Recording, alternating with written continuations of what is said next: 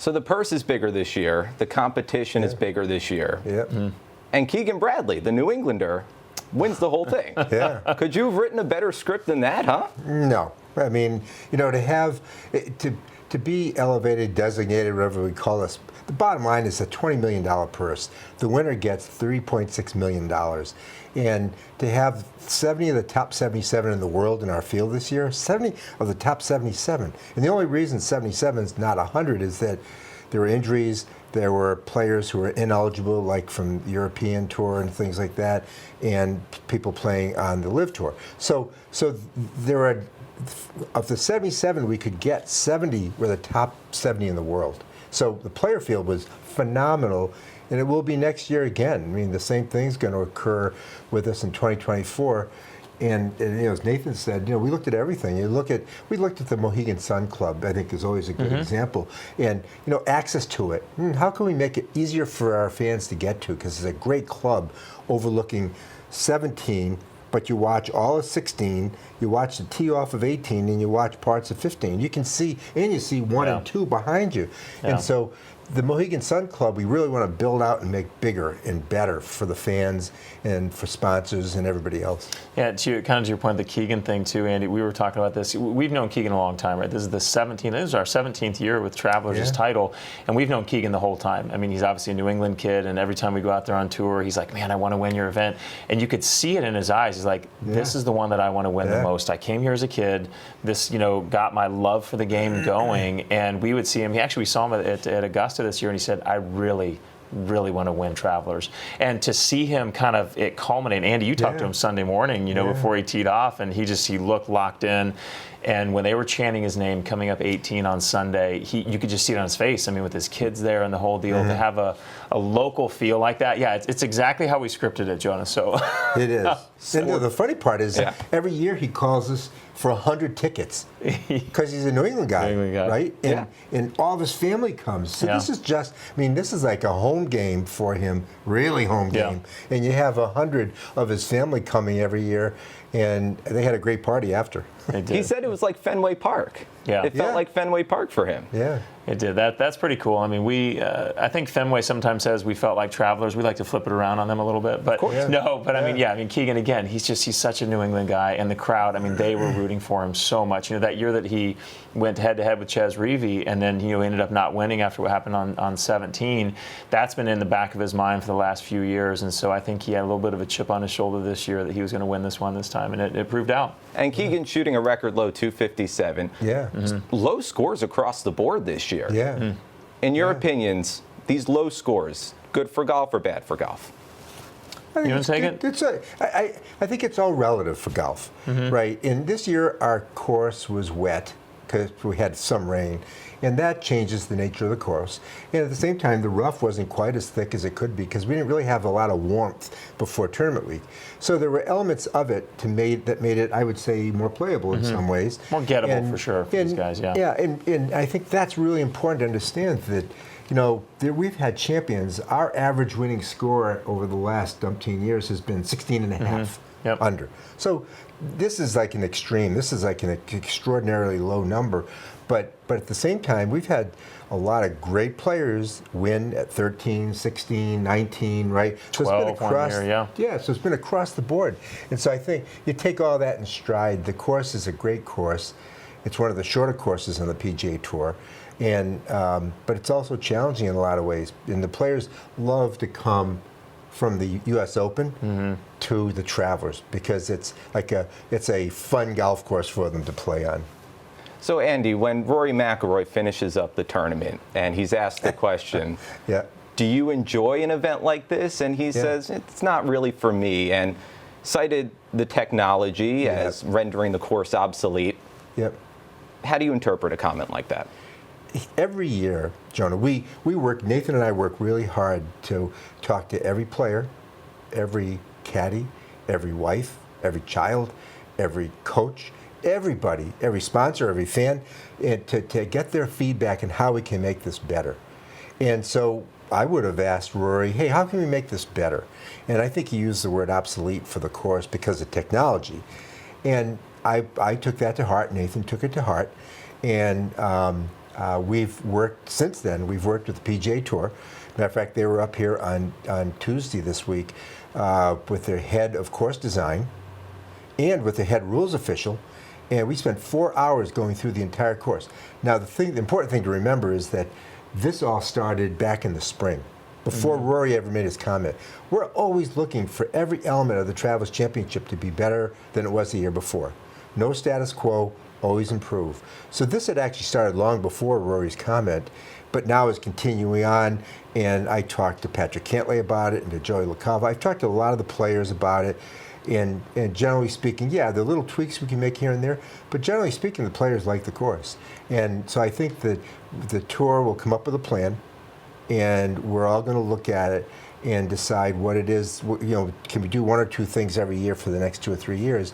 That might be the path we go, and to continue to improve the course and make it more competitive in different ways. But today, I think that the feedback we've gotten from a lot of people is, it's not bad. Don't mess with it too much.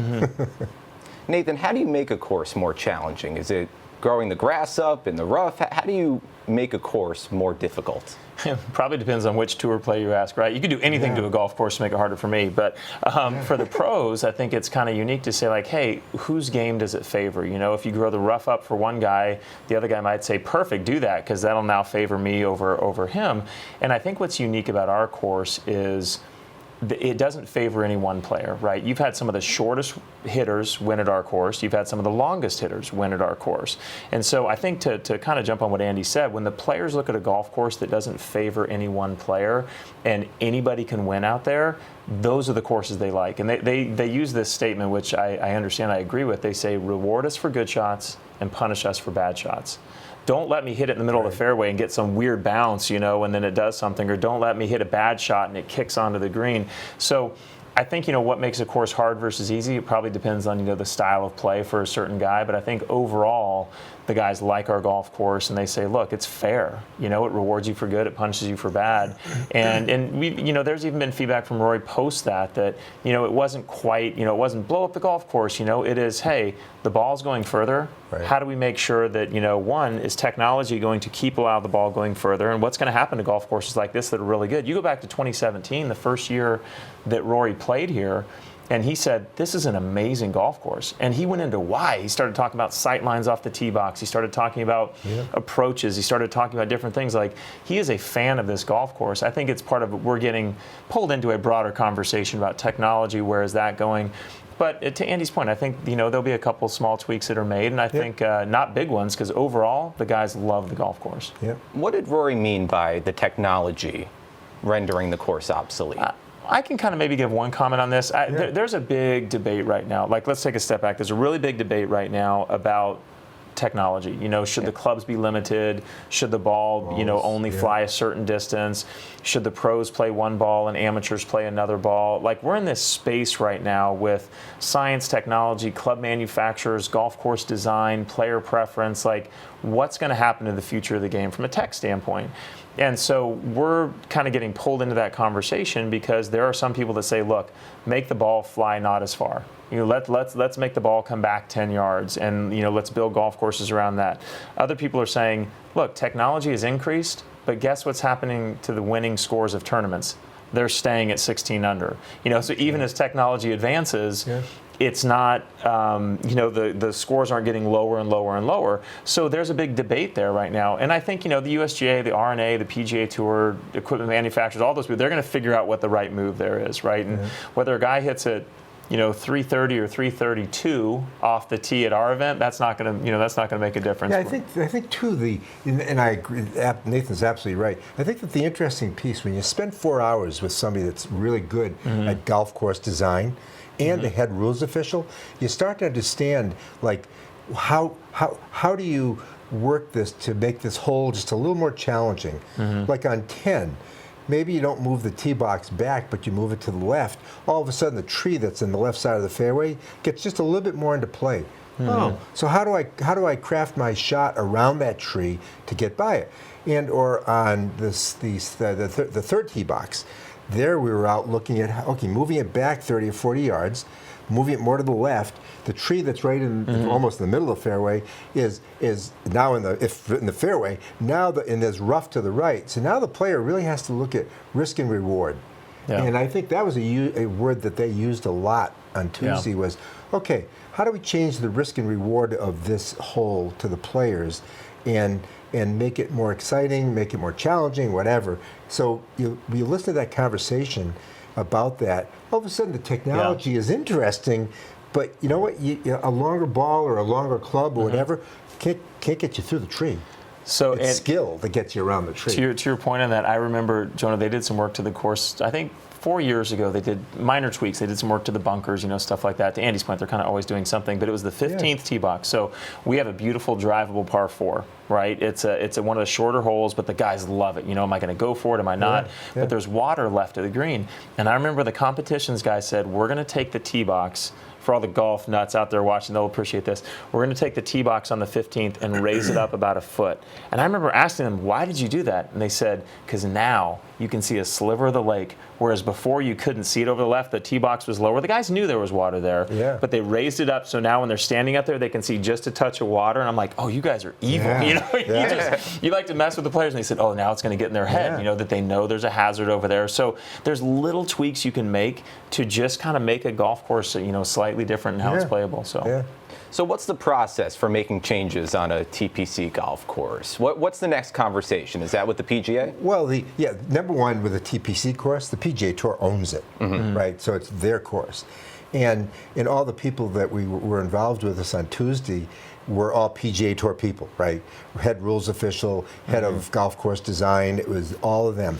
And now they come back with a plan. And they'll share it with all of us, with the tournament, with the title, with people at the PGA Tour, and we'll all jointly decide, what can we do this year? Because a lot of these changes occur in the fall. The fall is a great time because you can make the changes, let the grass and the rough start to grow back in and then let it go through the winter, and then start to grow in the spring to get set for next June's tournament. So, we've just it's right now is to wait for the plan to come back, which will be relatively soon. And then Nathan and I will take a look at it, try to figure out what we think. But more importantly, I think it's what the head rules official thinks. It's what the PGA Tour's head of golf course design thinks about it. And then we all kind of talk and make a decision. When you reflect on the 2023 Travelers Championship, what did you guys do really well this year? What would you chalk up as a success where you were like, I can't believe we pulled that off? Player field. To me, everybody wants to go watch a team that has a phenomenal roster. And I think I always characterize this as being something equal to, listen, in the World Series you have two great teams playing baseball, right? But each team probably has 3 or 4 all-stars, really, really good players. They're all good, but like really top players. This equivalent of having the top 70 in the world at this tournament was like taking all of the best players in all the baseball teams and putting them all together in the same field. I don't know what they're going to do, but that's what this is. This is like bringing the best of the best in the entire world together to compete against each other, and you can't beat. That's very different from sport in a lot of different ways, and so I think that's number one. What do? We had a great player field. That's like the foundation of building everything else. Correct. And Nathan go on, but I think bringing Women's Day back to the course on Thursday was phenomenal. Sold out, 750, 800 attendees. Katie Couric was phenomenal, and some of the young men's and women's basketball players from UConn on a panel, phenomenal. And so that was to me that was like a real thumbs up. That was like a great move to bring them back on out. Yeah. I think what's great, Jonah, is, to Andy's point, you have to be a PGA Tour event at your core, right? That's what we are. We have to bring the best players in the world here as our foundation. And when that happened, when it was announced in 2023, we were going to be this, big status, and we're going to have the top players in the world here. Everything else built off of that, right? You started to see the corporate support. 20% up over last year. You started to see the ticket sales spike. You started to see more charities get involved with the tournament. I mean, we reached, I think, 160 charities this year. And then you know that the dollars to charity are going to grow out of that as well. And then you started seeing more media attention. And so everything just started to balloon off of that. And it resulted in every metric that we have, from advanced ticket sales to charity being up 20% this year to on-site feedback to everything was positive, and everybody thought it was a success. We added brew and moo to the practice range for the players. Why? What is brew and moo? Well, last October, I was with Rory and Tiger at a PGA Tour meeting, and I was talking to them, and Rory said, the one thing you could do would be to bring a little coffee shop to the practice range. And I'm like, a coffee rush? What? Coffee shop? And so he said, some of the best tournaments in the world have a little coffee shop. Okay. Well, Nathan and I went up that. We said brew and moo. At Travelers, we have something called brew and moo. Brew, coffee, moo being Yukon ice cream. So tournament week, we brought brew and moo to the course. And we had brew and moo actually out there. It was phenomenal. The players, the caddies, everybody loved brew and moo. Well, we did something different that was out of the park. It was great. Everybody loved it. And the people running Brew and Moo would go out on the course. They went out on the course one day, and all the caddies, the competitive round, hey, saying hi to the people who ran Brew and Moo. And so it made a real impact. It's just one more thing where if somebody wants to, if a player, a caddy, a coach, whoever's on the range that day, it's one more thing. We always try to improve every element of the tournament, for the players, for the caddies, for families, for wives, for everything. Everything we do, food always has to be better. The experience has to be better. The pro-am, the store, the merchandise store on site was like a third bigger than it's ever been, with more merchandise, and the thing continually sells out. And the biggest, all net proceeds from the Travelers Championship goes to charity. And we raised over $3 million this year for charity.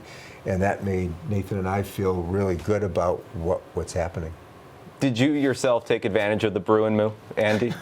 How much coffee did you drink over the 4-day period? Well, Nathan is much more of a coffee connoisseur than Andy is. And so I would say Nathan took full advantage of it. But yes, did I have an affogato in the afternoons? Yes. A little ice cream with coffee over it? Yes, it was very good. It was excellent, too. Jonah, he wanted to call me a coffee snob, but he just was being too nice to do it. Connoisseur is very polite. Connoisseur. It was very diplomatic. Connoisseur. You had a lot of coffee that weekend? I enjoy a lot of coffee pretty much every day, but I think to Andy's point, we wanted to make sure there were 4 events last year on the PGA Tour that were quote unquote elevated. And when we found out our status in October, we said we want to be the best of the elevated events. How do we do that? And one of the things was, how do we make sure the player, the caddy, their coach, the experience on the range is as good as it can be? And we're laughing about Brew and Moo, but that was a very strategic move to say, look, we want to be the best of the best out there. And the players, I think the thing that got me the most was when they saw this coffee shop and they would come up and literally just say, thank you. We spend hours out here on the range practicing, working on our game, stuff like that. Now we have a place where we can go back and talk to our coach, and we can sit in the shade and we can discuss what's happening with my swing and our strategies for how to play the course, and then they go back out and practice. So they felt like we were trying to push the envelope with trying to anticipate their needs, and that's where the coffee and the ice cream came from. Was from just, hey, let's anticipate what they're going to need to make their time here more enjoyable. And it speaks to the fact that you're not just creating competition, you're not just creating a tournament, you're creating an experience for the players, for the fans. Absolutely, for everybody. I mean, every sponsor has to think how great we have more notes this year from sponsors in how great our volunteers were in their venues.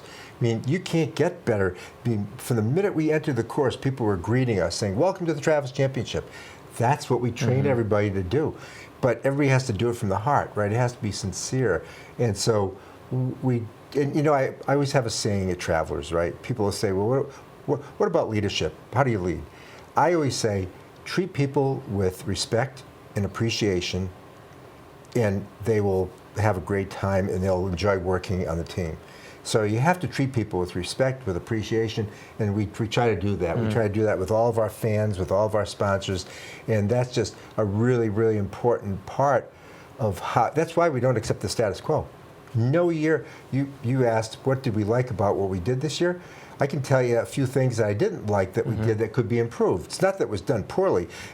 We could just improve it. And so we're always looking for improvements, and we take ideas from anybody and everybody, and we'll continue to do that in years to come. What do you want to improve upon? Oh gosh, where do you want to start? Where's the notebook? Where do you want to start? I mean, it's sometimes it's little things, but it's when Nathan and I looked at the Mohegan Sun, we think, oh, this could be so much bigger. We need to improve the access to it, though, for the fans to get to it. Really important, really important. And I think down in the fan zone, I think that this year, we made huge improvements. So don't get me wrong, but we actually had a central road kind of thing down the side of it, so people could actually go down into the fan zone and through it. And at the end of it, we have the Travelers Chipping Challenge, which is like a floating red umbrella that people chip to, and the lines are huge there every day. And this is going back to a huge improvement this year. This year it was wide open. People could go in there and get face painting. It was like a carnival in the Travelers Chipping Challenge tent, right? It was so much fun, huge improvement. And so, I mean, we could keep going on and on, but we could fix parking. We can look at our menus for concessions. We're going to look at, the merch that we carry. I mean, to your point, we have a list probably from every day of things we want to tweak. Yeah. So when you both wake up Monday morning, first thought that comes into your brain, Monday morning after the Travelers? Oh, after the Travelers? Yeah. Well, I'm going to the course, and Nathan is, because we have the Monday after AM for our guests, for our agents. Okay, Tuesday morning. Tuesday morning, okay, fine. Because we're still working on Monday. I will say this, actually, I woke up Tuesday, it was about 3 a.m., and there was thunder. I think there was a storm that blew through, and I literally jumped up thinking, I didn't text the volunteers about the lightning, and I went, wait, what time is it? What day is it? So it takes you a while to, I think, kind of unplug from the fact of, hey, there's a bunch of people on the golf course, like everything is affecting everybody else on property. So I don't know. I was a little bit delirious on Tuesday. I don't know about you. Yeah, I don't know, but honestly, I woke up Tuesday morning and I said, oh, I can sleep an extra 15 minutes. and after that, I kept thinking, because you decompress all ideas that were coming to me during the tournament that I forgot to write on my list.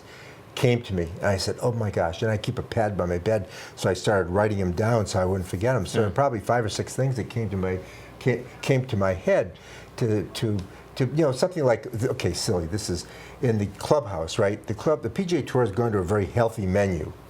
Healthy, I mean really healthy. And a nutritionist who's very good, Ryan, develops this, and it's a very healthy menu. I don't know how to describe it other than that. But there's no pizza, cheeseburger, and stuff. And this year, one day, late in the day, the chef brought out chicken fingers, fried, macaroni and cheese. Was it the tater tots or the hash browns? Oh, tater tots. Yeah. And I said, oh, this is so. All the players went for the tater tots, chicken fingers, and the macaroni and cheese. I said, we need to have more diversity on that menu, right? More diversity of flavor, of whatever. But they were all, everybody, including me, dove. I love tater tots. So I was like, tater tots are great. So that came to my head and said, we have to make a note of that, because that was a huge hit. That not everybody wants to eat everything healthy all the time. So you're just constantly thinking about how you can make improvements. Oh, constantly. I mean, even now, right? Even coming over here, Nathan and I were talking about some things we need to do, and how we're going to do it next year. Because the change with the tournament next year is that this year we had 156 players in the field. Next year we only have somewhere between 70 and 80 in no cut. So it's not like you're going to have 156 for Thursday, Friday, then a cut to get down to 75-ish, 80-ish.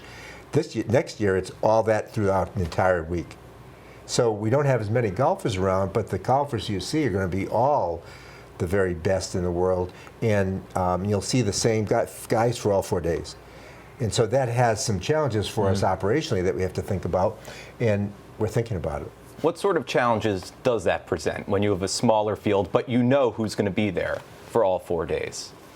Well, I think that it's a few things. Like, one, our sponsors immediately love it. They're going, wait a minute. So, if you have a box where you're inviting your guests out and you say, well, you might want to come Thursday, Friday, because I'm not sure if, this guy's going to make the cut. Our format next year is, they're going to be there all 4 days. And so that's great. But it's little things like with a field of 156, sometimes you get nervous. Are you going to be able to finish Thursday and Friday because of daylight? What if there's a slight rain delay? are you going to be able to get it in? And you might have to finish round 1 on Friday, and it causes a whole bunch of scenarios that you have to plan for. With a field of 75, 80 guys, you have a lot more flexibility, and you can actually steer the crowds where you want them to go. Like, everybody's going to start off of 1, and that's the time the quote-unquote show starts, and people are going to be able to go and gather there.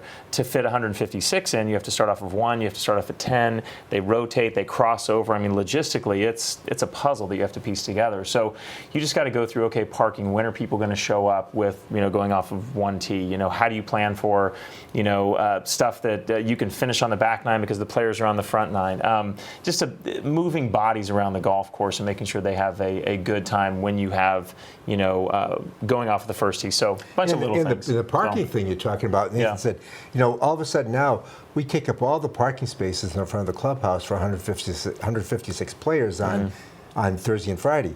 And all of a sudden on Saturday, Sunday, there's a lot more open space, more flexibility. So next year, we'll be able to offer parking not only to the 75 or 80 players, but maybe to the caddies and to different people. So it'll make everybody's life just a little bit different, a little easier in some ways, and make it, I think, the perception of the tournament even better for everybody that's there to compete in it and be a part of it. One word, overall takeaway from the 2023 Travelers Championship. One word, go. Over $3 million. Charity of over $3 million. I know it's more than one word. Yeah. But it's over. Last year you threw a number in there. Last year was $2.5 million. Yeah. $3 million for charity. Incredible. Are you kidding me? That's unbelievable. 160 charities got to do more, have more resources, be better at what they do, and they do such important things with all the important elements of society today. Mental health, it's so important, and some of the organizations deal with that. And just health for uninsured, some of the organizations deal with that. And so anyway, I look at that, and that sends chills up my spine Charity. to think $3 million for charity, 160 organizations, just phenomenal. More than one word, but $3 million.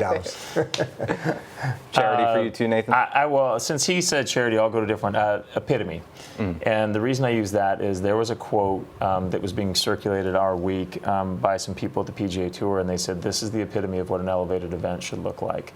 And that's what we set out to do. We wanted to be the best elevated event this year on tour, and then when somebody from the tour kind of said that, I showed it to Andy. I said, Andy, look at this. Like, this is what we were trying to do. We wanted, and that's, if you pause for a second, we went against some really big markets to actually say we want to be the best of these big market events, and we were. And I think that's a testament to, Andy mentioned this earlier, the volunteers, the fans, the sponsors. When a market our size goes head to head against markets 2, 3, 4 times bigger than ours, and we actually did it in a way that they said that is how it should be done, we should all be proud of that we can handle and do stuff like this with our community support when people put their minds to it.